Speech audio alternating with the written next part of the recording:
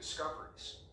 And when the new discoveries tell us that they no longer support the old story, it's time for a new story. And we are living that time right now.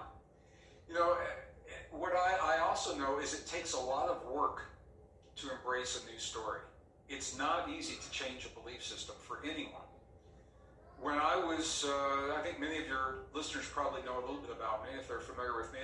I'm the product of a very dysfunctional family, an alcoholic, abusive alcoholic family, survivor of childhood trauma. My father, the abuser, left my family when I was 10. And when he left, my mother handed me a book. She said to me, she says, I am not equipped to help you through what it is that you're going to go through. She goes, because I'm hurting too. But she said, I think this book may help you. And it was written in 1929. It was a book by a man, it was a Sufi, and his name was Khalil Gibran. And the title of the book is called The Prophet. My favorite.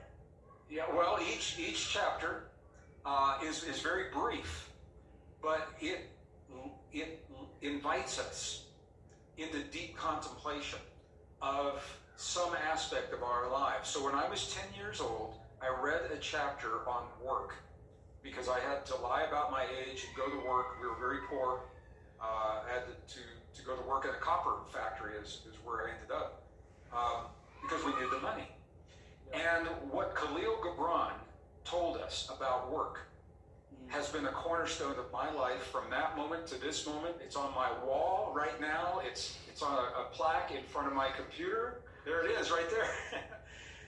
and it applies to the work that it takes to change our belief system. This is why I'm bringing it up right now. What Khalil Gibran said is work is love made visible.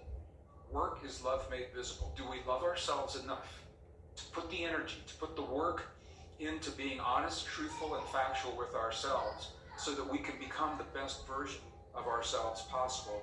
Ultimately, it boils down to something that simple. And it can be as complex as we choose to make it. But as a scientist, I have to tell you, life is simple, nature is simple, until we make it complex with symbols and words and mathematics. So it all comes down to love. Do we love ourselves enough to put the energy in